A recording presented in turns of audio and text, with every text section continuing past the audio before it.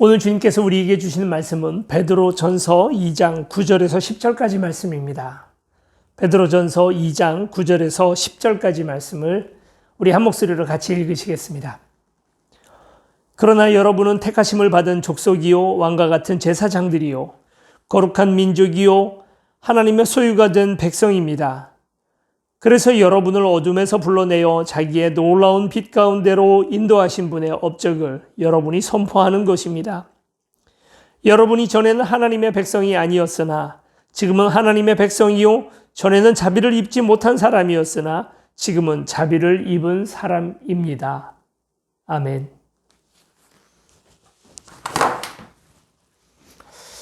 우리 흔히 하는 말 중에 사람이 변하면 죽는다. 그런 말이 있습니다.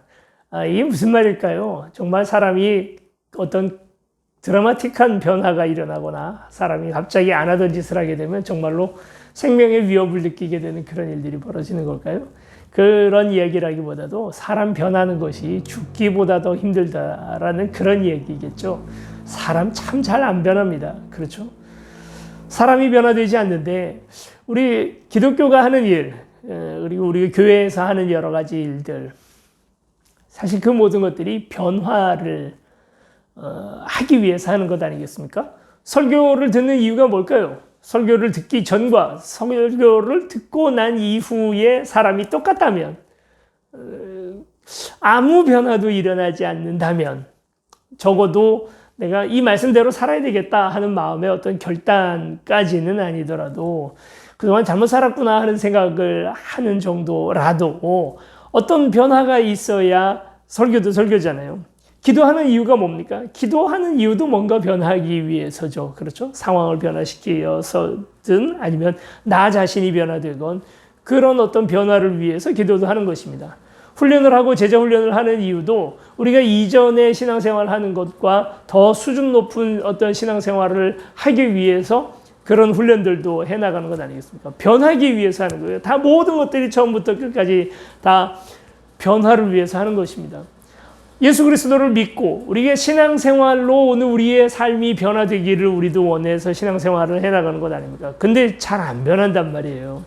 왜 안 변할까? 사람이 변화되는 건 어디서 변화가 될까? 프랑스의 그 위대한 소설 레미제라블, 그 소설에 보면 장발장이라고 하는 좀도둑, 빵을 한번 훔쳤다가 그 수십 년 동안 감옥살이를 하고 뭐 하게 되는 그런 여러 가지 아픈 이야기들 우리 볼 수가 있습니다. 그 레미제라블에서 보면 자비에르라고 하는 형사가 있는데 이 사람은 이름과는 다르게 자비롭지 않은 사람이에요. 이 사람은 변하지 않는다는 생각을 가지고 있는 사람입니다. 한 번 좀도둑이면 끝까지 좀도둑이다. 그 사람이 뭔가 드라마틱하게 기적적으로 변화된다는 것은 있을 수 없다고 믿는 사람인 거죠. 어떻게 보면 율법주의의 속성이고 오늘 그렇게 믿는 사람들이 사실 우리 주변에서 생각보다도 많다는 것을 우리가 알 수가 있습니다. 그래요. 사람 잘 안 변해요. 그런데 장발장은 변했잖아요. 변화됩니다. 그는 어떤 한 신부님이 그를 따뜻한 스프와 벽난로가 있는 곳에 다 침실을 잘 제공하고 이렇게 했을 때 장발장이 그 좀도둑의 성격을 버리지 못하고 가지고 있던 그 신부님 집에 있었던 은식기와 은초대를 다 가지고 다 도망을 가버리거든요. 그러다가 형사들에 의해서 잡혀가지고 경찰들에 의해서 잡혀가지고 그 신부님 앞으로 끌려옵니다. 왔더니 그 신부님 하는 이야기가 아니 왜 촛대는 놓고 쟁반만 다 가져갔습니까? 이 촛대도 당신 준 거니까 가져가라고 해서 줘버려요. 거기에서 너무나 큰 감동을 받고 장발장은 변화가 됩니다. 근데 그 장발장 원래 자기의 이름을 가지고 살아가려니까 많은 사람들이 아직도 그냥 장발장은 그런 사람이라고 생각을 하고 그런 눈으로 바라보니까 그의 신분을 완전히 스탁을 해서 새로운 사람, 새로운 이름으로 그래서 아주 그 작은 도시의 시장을 하면서 인격적으로 너무나 많은 존경을 받으면서 살아가는 사람이 되는 거죠. 그러나 이 자비에르는 끝까지 이 장발장을 추격합니다. 그리고 의심하고 이 사람이 절대로 변화될 수 없을 거다라고 생각을 하고 맨 마지막 장면에서는요. 장발장이 변화됐다는 사실을 보게 돼요. 평생 자기는 그렇지 않다는 신념을 가지고 살았는데 장발장이 변화된 모습을 보면서 끝까지 그것을 인정하지 못하고 자살로 인생을 마무리하는 불행한 사람이었죠. 왜 오늘 우리는 크리스찬답게 살지 못할까? 왜 우리는 그렇게 예수 그리스도의 제자 또 하나님의 자녀로서의 삶을 살 수 없을까? 정말 자베르가 얘기하는 것처럼 우리 인간은 변화되지 않을까? 우리 안에서 그런 기적적인 어떤 변화들은 일어나지 않을까? 여러분, 변할 수 있습니다. 그걸 긍정해야 우리가 하나님을 믿는 것이고 하나님께서 우리에게 놀랍게 역사해서 물리학 법칙에 의해서는 그냥 세상 법칙에 의해서는 오늘 우리는 여전히 그냥 똑같은 사람으로 살아간다 할지라도 사람은 안 변한다 할지라도 사람이 변하면 죽는 거다라고 얘기할지라도 우리는 변화를 믿어야 합니다. 내 안에서 그런 기적이 안 일어나는데 어떻게 믿을 수 있을까요? 사람은 언제 변할까? 우리는 그것이 첫 번째 궁금증이에요. 사람은 언제 변하냐면 정체성이 달라지면 변합니다. 부모님들은 자꾸 생각을 생각해요. 우리의 아이들이 공부를 더 잘했으면 좋겠고 더 착한 아이가 됐으면 좋겠고 아니면 뭐 더 성실한 아이가 됐으면 좋겠어요. 요즘 방학이라서 애들이 맨날 그냥 늦잠을 자고 TV나 보고 게임이나 하고 그러지 않았으면 좋겠어요. 더 착한 아이가 됐으면 좋겠는데 그러니까 이제 부모님들은 무슨 생각을 하냐면 아이가 변화되지 않는 이유는 아이가 저런 행동을 하는 이유는 정보가 없어서라고 생각해요. 그래서 정보를 자꾸 제공합니다. 너가 이렇게 공부를 안 하고 게을러지면 더 못 살게 될 거야. 나중에 너의 인생이 비참하게 될 거야. 하는 그런 많은 정보들을 줘요.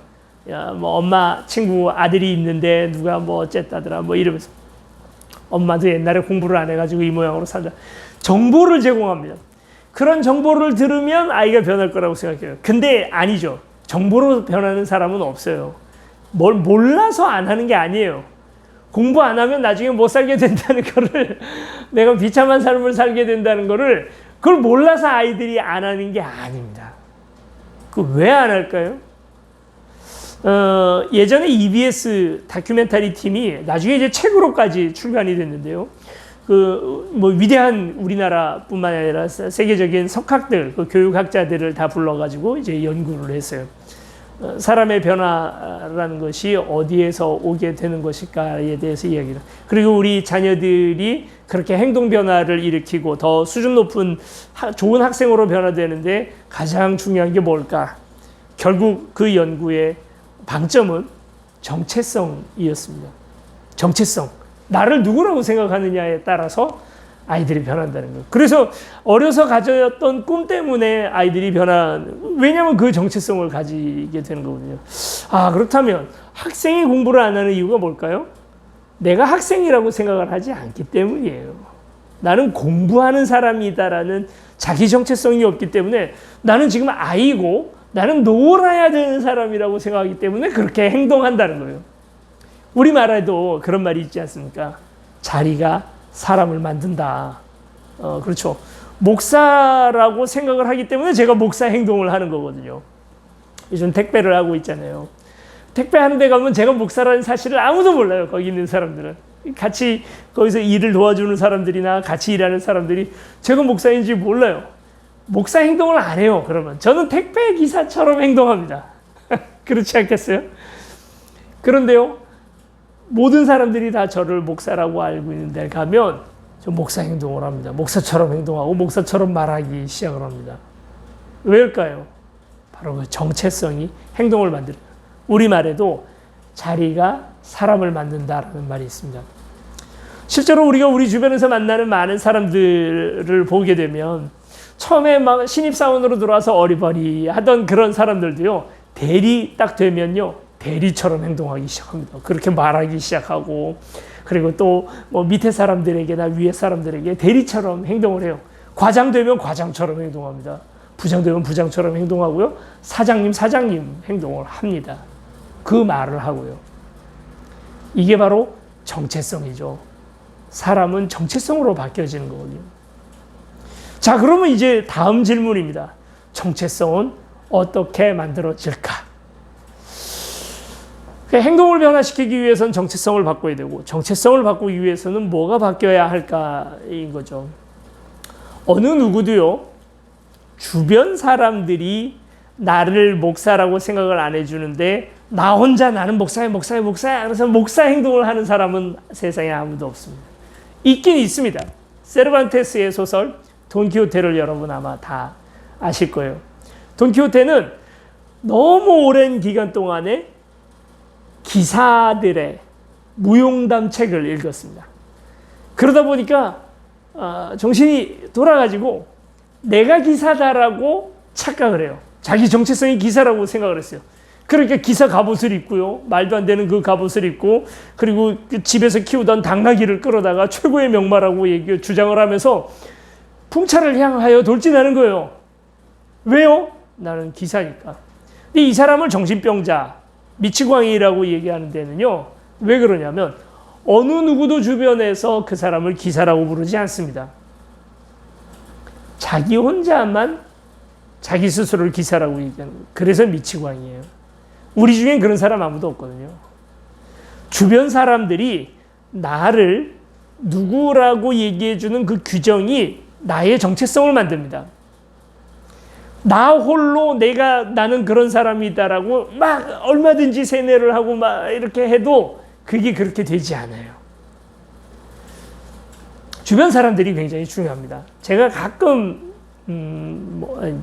솔직히 말씀드리면 좀 자주 이야기하는 예화가 있습니다. 제가 겪었던 일이기 때문에.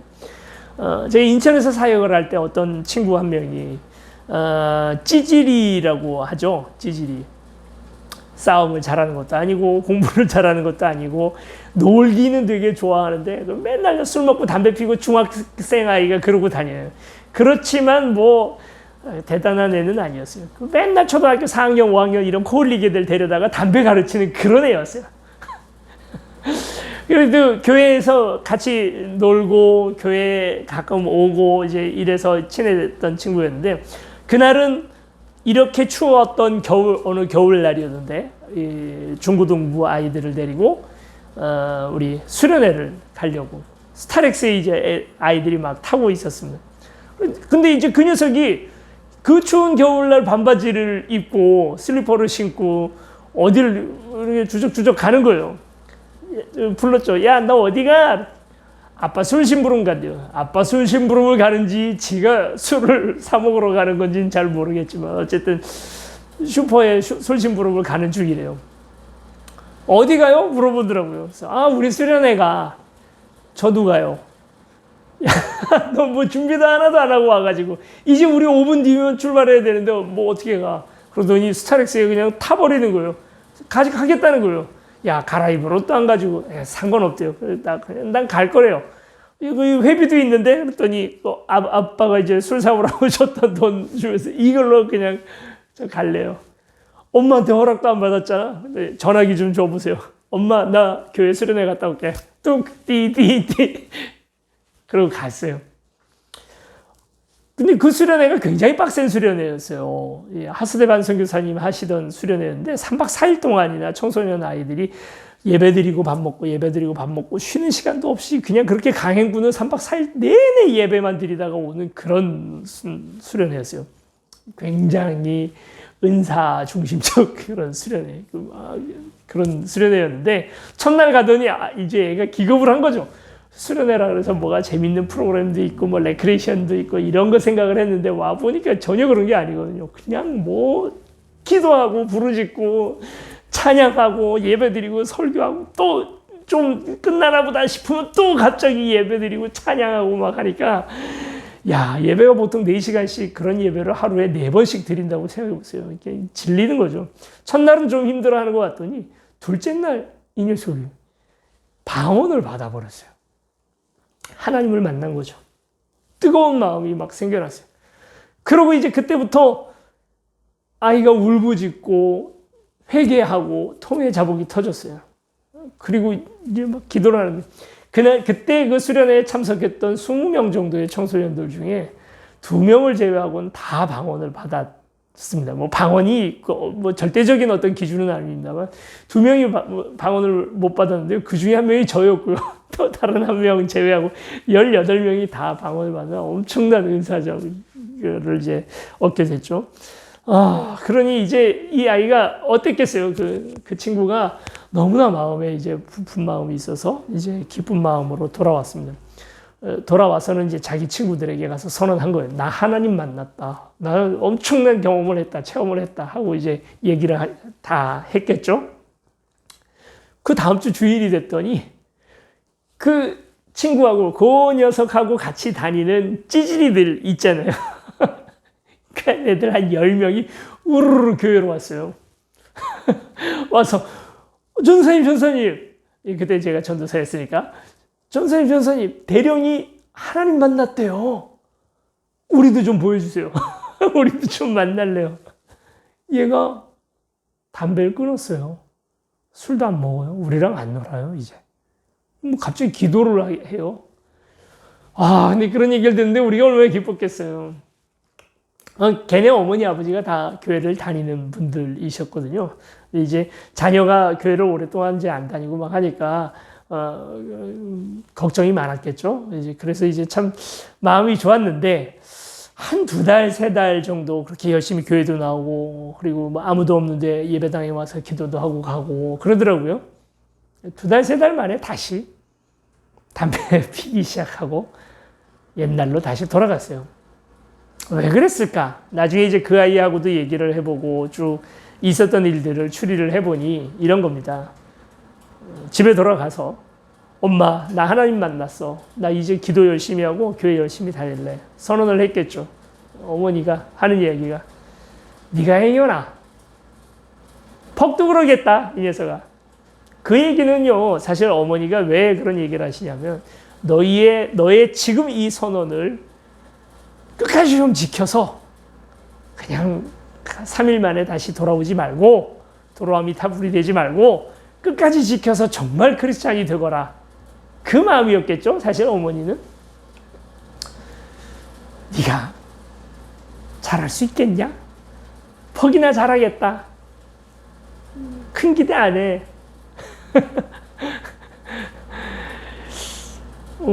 그 주변에 그 친구 대령이가 은혜 받을 때 같이 은혜 받았던 사람이 아무도 없는 겁니다.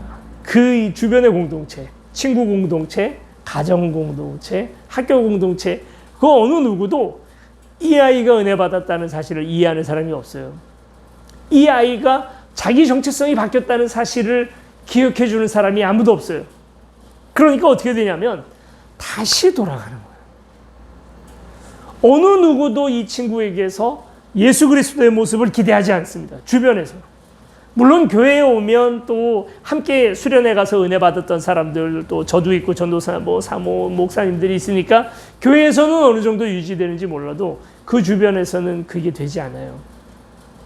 누구도 이 아이를 크리스찬 정체성으로 바라봐 주지 않습니다.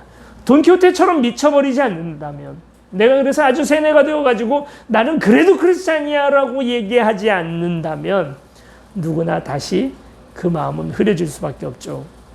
이 얘기를 하는 이유가 바로 뭐냐면 우리가 공동체, 우리 주변에 이 공동체가 중요한 이유가 뭐냐는 거예요. 우리 교회 공동체에서 많은 사람들과 함께 얼굴을 대면하는 이유는 바로 이것 때문입니다. 정체성을 기대해 주는 사람. 내가 크리스찬이라는 사실을 함께 알고 내 안에서 예수 그리스도의 향기를 기대해 주는 최소한의 사람들이 바로 우리 교회 공동체인 거예요. 우리가 지금 비대면 예배를 드리고 있습니다. 우리는 지금 그래서 공동체가 이렇게 같이 모여서 예배를 드리고 있지 않습니다.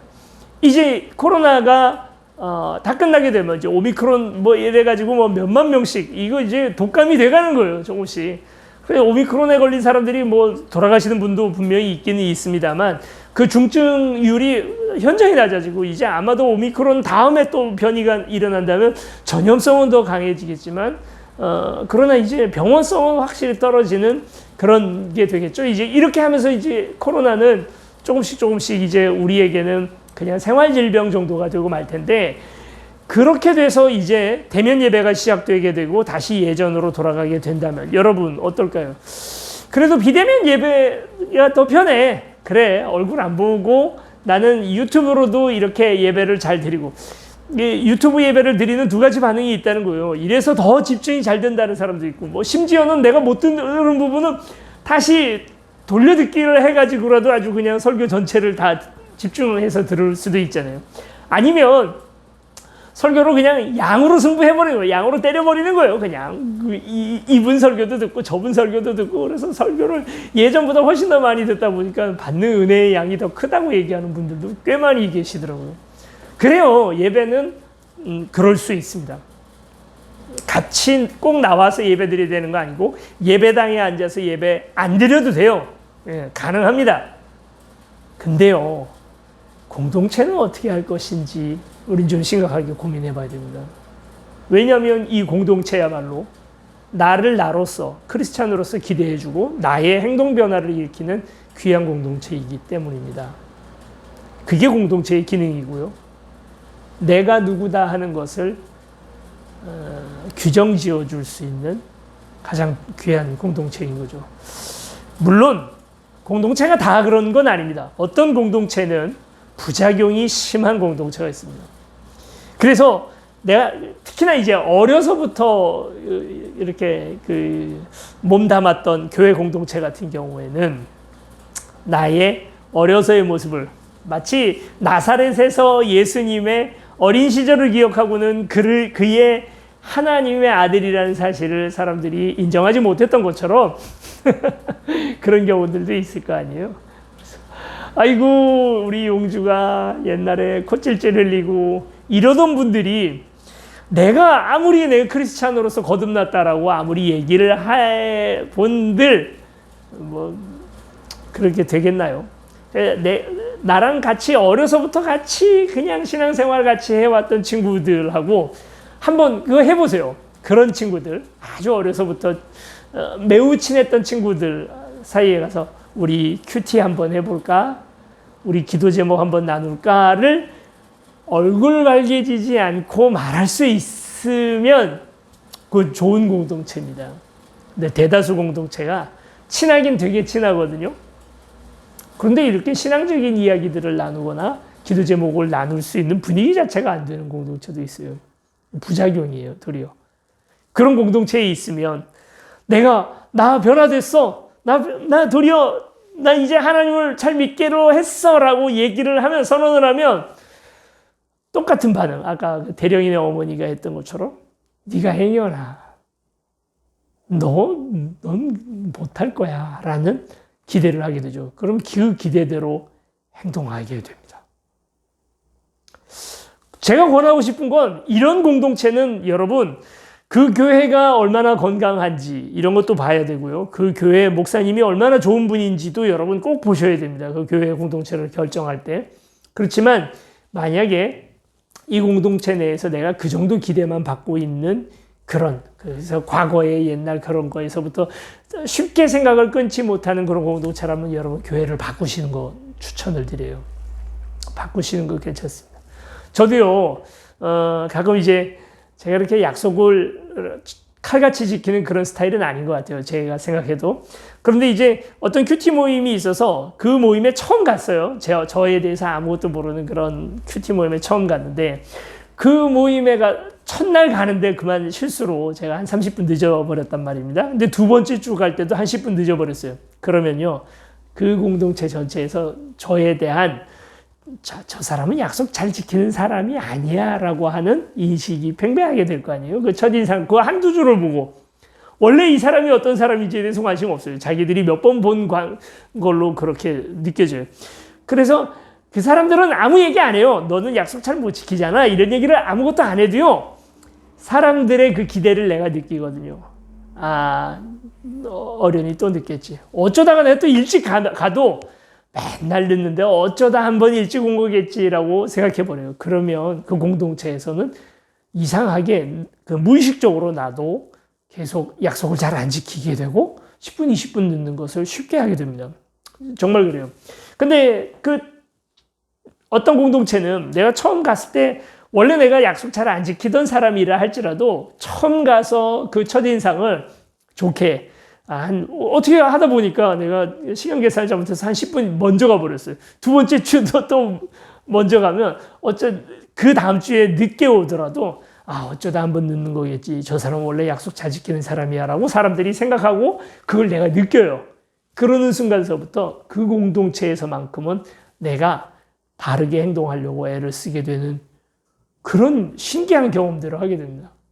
실제 이 사람이 어떤 사람인지는 잘 몰라요. 그런데 저변에 그 사람에 대한 평가가 결국 나를 만들더라는 거예요. 그래서 내가 어느 공동체에서 너무 나의 이미지가 망가졌다 그러면 공동체를 한번 바꿔보는 것도 여러분 나쁘지 않아요. 전에는 별로 신앙도 안 좋고 불평불만만 많이 하던 사람이라는 그런 고정관념이 나한테 있다면 다음 공동체에 가서 그걸 완전히 180도 바꿔버릴 수 있습니다. 그래서 사람이요. 그러면 나 이중적인 사람인가? 나는 여기 가면 이렇게 행동하고 저기 가면 저렇게 행동하는 이중적인 어떤 그런 가면을 쓴 사람인가? 그게 아니에요. 그렇지 않아요. 그런 죄책감 같은 거 가지실 필요가 없어요. 공동체가 그렇게 하는 거거든요.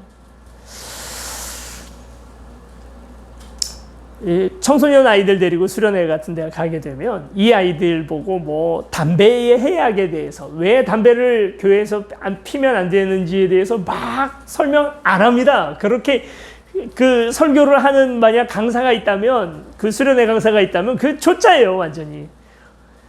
수련회 가면 뭐 합니까?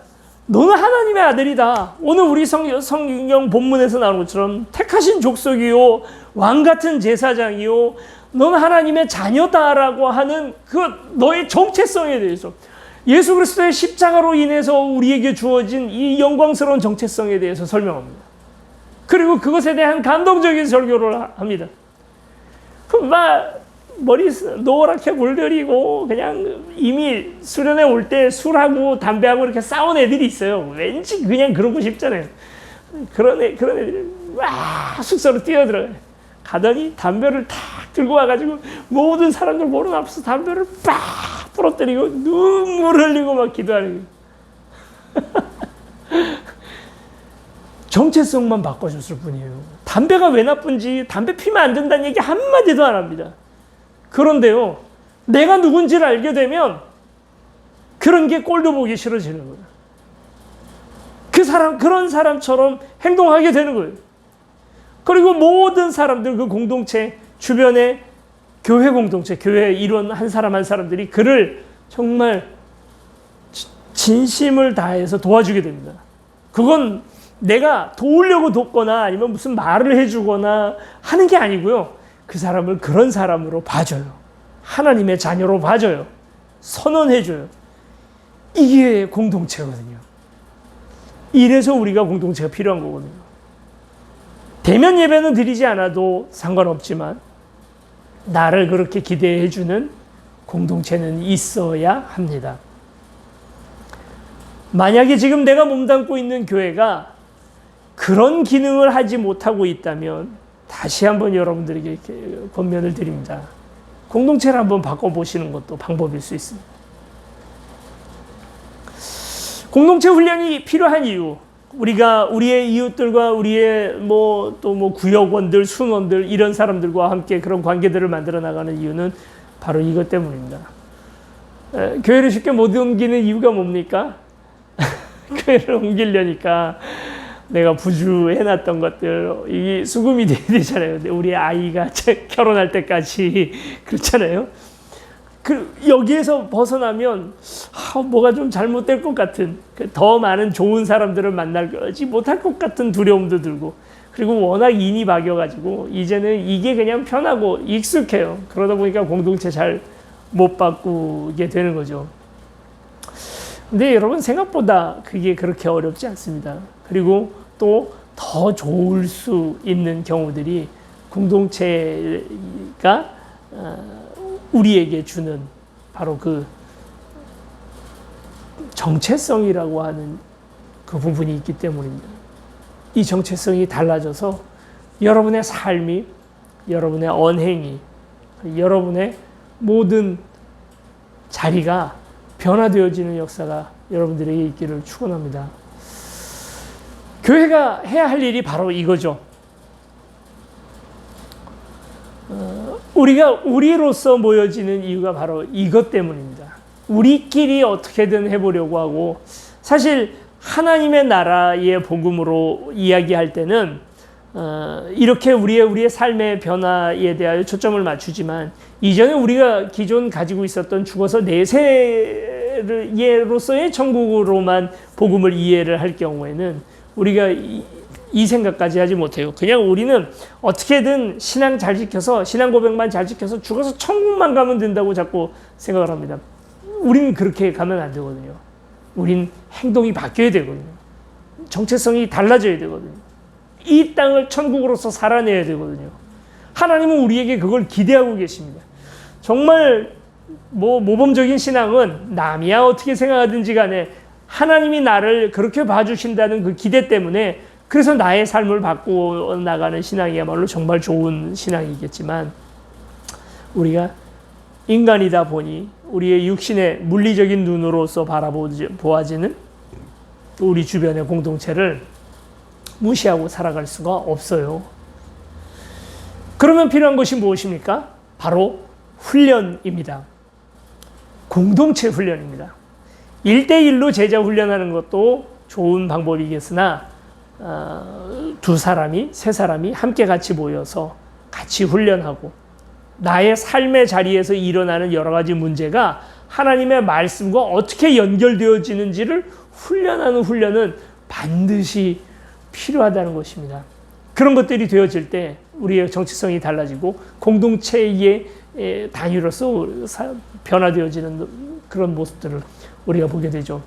가정에서 나 혼자 신앙생활을 한다. 아무도 내가 크리스찬이라는 사실을 알지 못하는 그런 가정에서 신앙생활하기가 매우 힘이 들죠. 그러면 그 가정에서 나와 함께 같이 기도하는 기도의 동역자 한 사람만 더 있으면, 그 한 사람을 발견하시거나 또는 그를 전도하거나 하게 되면, 그러면 이 둘은 서로 시너지를 내면서 둘이 같이 변화되게 될 것입니다. 그래서 우리가 하려고 하는 것이 바로 무엇이냐면 제자 훈련을 같이 한번 해보려고 합니다. 이제 우리 명절 전에 저랑 김재현 목사님이랑 한번 공지를 드렸잖아요. 제자 훈련을 같이 해보려고 합니다. 제자 훈련이 아니에요. 그냥 제자 삶이에요. 어느 기간을 둬 가지고 커리큘럼을 두고 요 기간 요거 패스를 하면 그 다음 더 높은 레벨의 어떤 뭐를 패스를 하고, 요 기간이 끝나면 또 그 다음 단계의 어떤 패스, 이래 가지고 야 나는 중급자 그 패스했어, 야 너 초급자 이제 겨우 그거 하냐, 이런 레벨 만들어진, 이 중학생 고등학생 이렇게 만들어진 것처럼 그런 제자 훈련이 아닙니다. 우린 그냥 제자로서 그냥 평생을 살아야 되는 거거든요. 계속 훈련하면서 내가 누구인지를 계속 생각하면서 그렇게 가야 되지 않겠습니까? 그게 우리 나란히 걷는 교회가 가려고 하는 제자 훈련이고, 또 그렇게 해보려고 합니다. 어떻게 하면 이것이 가능할까? 저나 김지현 목사님이나 아무 데이터가 없어요. 이거저거 다 같이 시도를 해볼 겁니다. 그래서 여러분들이 꼭 아셔야 될 게 같이 만들어 나가는 거라는 거예요. 그런 의미에서. 커리큘럼을 같이 짜자는 게 아니고, 교습 어떤 내용을 같이 만들어 나가서 같이 만들어 나가는 훈련이 아니라, 이제 우리가 개척해 나가는 단계에 의해서 이걸 같이 해 나갈 겁니다. 그래서 이건 꼭 우리 나란히 걷는 교회 성도들 뿐만이 아니라 어느 누구라도 함께 같이 참여해서 해 나갈 수 있습니다. 성경을 나눌 거고요. 또 함께 교리나 이런 부분들에 대해서 같이 이야기를 나누면서 참 그리스도인의 모습이 무엇인지를 같이 훈련해 나가고요. 내 삶의 자리에서 여러 가지 아픔과 어려움들 또는 좌절했던 여러 가지 문제들, 애매한 선택의 문제들, 이런 것들을 하나님의 말씀은 뭐라고 얘기를 하고 있는지, 이 말씀을 어떻게 적용하는 것이 맞을지에 대해서 우리 같이 고민하면서 나갈 겁니다. 이것이 해야 할 제자 훈련인 거죠. 그래서 우리 공동체가 저 사람은 제자다. 저 사람은 그냥 무리가 아니라 그냥 호기심에 그냥 죽어서 천국만 잘 가려고 그 자신의 미래를 보장받기 위하여 앉아있는 그런 사람이 아니라 저 사람은 주님의 제자다. 그 기대를 가지게 되고요. 그러면 변화되는 거죠. 달라지는 거죠. 우리의 삶 전체가 달라지는 놀라운 기적이에요. 물이 포도주가 되잖아요. 그 더러웠던 물이 깨끗한 물로 바뀌는 게 아닙니다. 아예 완전히 분자 구조가 달라져서 포도주로 달라지는 그런 놀라운 기적을 지금도 오늘도 우리는 체험하게 될 것입니다. 이제 우리가 대면 예배를 이제 조심스럽게 이제 진행을 해보려고 하는데요. 그렇게 대면하게 되면 이 공동체, 우리가 우리 교회라는 사실, 그래서 서로 기도의 제목을 나누고 제자로서의 삶을 응원해주는 이 공동체가 심장과 같이 되어서요. 온 몸에 그 하나님의 선한 영향력들을 펼쳐나가는 그런 놀라운 역사가 우리 가운데서 일어나게 될 줄로 믿습니다. 기대해 주시고 기도해 주시기 바랍니다. 이제 우리 같이 함께 기도하시겠습니다. 우리 하나님이 우리에게 주시는 건 너 이렇게 살아. 너 이런 돈은 이렇게 쓰는 거야. 누구 미워하면 안 돼. 이런 갈등이 벌어졌을 때 이렇게 살아. 그런 구체적인 지시가 잘 없어요. 그래서 답답하긴 하죠. 그렇지만 하나님이 우리에게 주시는 가장 귀한 말씀 무엇입니까? 이렇게 살아라가 아니라 너는 누구야? 너는 내 자녀야. 너는 내 백성이야. 너는 왕 같은 제사장이야. 너는 택한 나의 백성이야. 여러분 그 말씀 내 정체성을 달라지게 만드는 말씀. 죄인이었어요. 나는 쓰레기였어요. 나는 희망 없는 사람이었어요. 그러나 나를 거기에 그냥 내버려 두지 않고 죄의 종으로 그냥 내버려 두지 않고 당신의 자녀로 삼아주시고 그래서 그답게 살아가도록 길을 열어주신 하나님의 은혜요. 그것 때문에 사는 거잖아요. 그것 때문에 달라지는 거잖아요. 그걸 함께 기대해주는 귀한 공동체가 있어서 또 달라지는 거잖아요. 우리 같이 기도하실 때 먼저는 하나님 내게 이 바른 정체성을 주시옵소서. 내가 누구인지 분명히 일러주시고 또 일러주십시오. 내 까먹지 않게 그걸 늘 일러주십시오. 그 기도 같이 여러분 했으면 좋겠고요. 두 번째는요. 우리의 공동체, 우리의 교회가 또 우리의 가정이 우리 회사에서 내가 왕같은 제사장이요 주님의 택한 백성이라는 사실을 잊지 않게 그걸 기대받는 귀한 공동체를 내게 주십시오. 우리의 교회 공동체가 그렇게 삶을 나눌 수 있도록 그리고 나의 정체성을 바로 세워줄 수 있는 귀한 공동체가 되게 하여 주시옵소서. 이걸 위해서 특히 나란히 걷는 교회를 위해서 여러분 기도해 주시기를 부탁을 드립니다. 그리고 이제 마지막으로 우리 한국 교회가 달라질 수 있도록 이 바른 정체성들을 만들어 나가는 귀한 공동체가 될 수 있도록 그것을 위해 기도해 주셨으면 좋겠습니다. 우리 함께 기도하시겠습니다. 사랑관에 많으신 아버지 하나님 감사합니다. 주께서 오늘 우리를 주님의 택한 백성, 주님의 자녀, 그리고 또 왕같은 제사장으로 우리를 삼아 주셔서 하나님 나라를 위한 귀한 천병으로 삼아 주시면 감사를 드립니다. 제자로서 살아가야 되는데 우리가 훈련을 마치 어떤 통과해야 하는 연례 행사처럼 훈련을 여기고 제자로서의 삶 자체에는 큰 관심이 없었습니다. 주님, 내가 누구인지 알게 하여 주시고 그로 말미암아 그답게 살아가는 우리가 될 수 있도록 도와주시고 하나님 이 정체성 바르게 잘 지켜서 내 디디고 서 있는 그곳이 바로 하나님의 나라가 될 수 있도록 주님 오늘 우리를 도와주시옵소서. 주님 감사합니다. 우리에게 귀한 신앙의 동료들을 공동체를 허락하여 주시고 동역자들을 주심을 감사를 드립니다. 그들 때문에 내가 나의 행동을 조심하고 그리고 주님 닮은 삶을 살아갑니다. 주님, 우리의 교회 공동체가 그와 같은 귀한 공동체가 될 수 있도록 도와주시고, 혹여 그렇지 못하다면 하나님 좋은 공동체가 되게 하여 주시고, 아니면 좋은 공동체를 만날 수 있는 용기도 우리에게 주시옵소서. 한국교회가 바로 이것에 매진하는 교회들이 되기를 원합니다. 그저 여러 가지 허탄한 세상적 관심으로 말미암아 교회가 타락하여지지 않을 수 있도록 도와주시고, 그 속에서 바른 공동체에 대한 열망들이 넘칠 수 있도록 도와주시옵소서. 감사드리며 예수 그리스도 이름으로 기도드립니다. 아멘.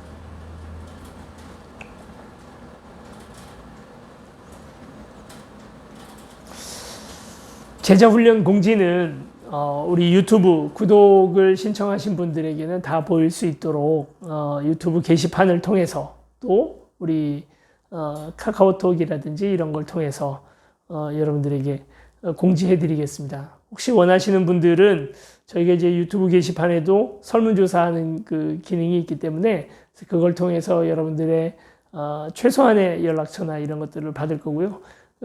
그 제자훈련 해나가는 그 방식은 어쩔 수 없이 저희가 이제 줌을 통해서 이제 첫 시작을 하게 됩니다. 대면에서 이제 훈련하게 되는 것도 머지않아 가능할 거다라고 생각합니다만, 첫 시작은 그렇게 시작하려고 합니다. 그래서 이제 일정과 그리고 또 거리에 대해서는 이제 저희가 따로 이렇게 공지를 해드리겠습니다. 나란히 걷는 교회 성도님들, 그리고 또 함께 예배드린 모든 이들이 적극적으로 많이 같이 참여해 주셔서 내가 누구인지를 분명히 세워나가는 귀한 시간들이 될 수 있기를 축원합니다. 날이 많이 춥죠. 저희가 코로나가 조금만 더 잠잠해져도 대면 예배를 바로 시작하려고 하는데, 아마도 곧 시작할 수 있을 것 같습니다. 매번 이렇게 말만 자꾸 하네요. 이거 벌써 언제부터 이 얘기 했어요. 이제 곧 대면 예배 한다고. 근데 이제 조심하는 게 더 하나님께 영광이 되지 않을까 싶어서 저희가 이렇게 조심하고 있는데, 여러분들이 그걸 좀 이해해 주셨으면 좋겠습니다. 우유부단한 게 아니고 우유부단한 게 아니고 저희도 어쨌든 기도하면서 이 길들을 열어가고 있는 거니까 더 많이 응원해 주시고요. 감사합니다. 이제 축도로 예배를 마치겠습니다. 이제는 우리 주 예수 그리스도의 은혜와 하나님 아버지 크신 사랑과 성령의 교통하심이 하나님의 자녀란 사실을 분명히 깨달아 알고 그답게 살아가기를 원하는 귀한 우리 나란히 걷는 교회 모든 성도들과 또 함께 예배드린 모든 성도들 위에 이제로부터 영원히 함께 하시기를 간절히 축원하옵나이다. 아멘.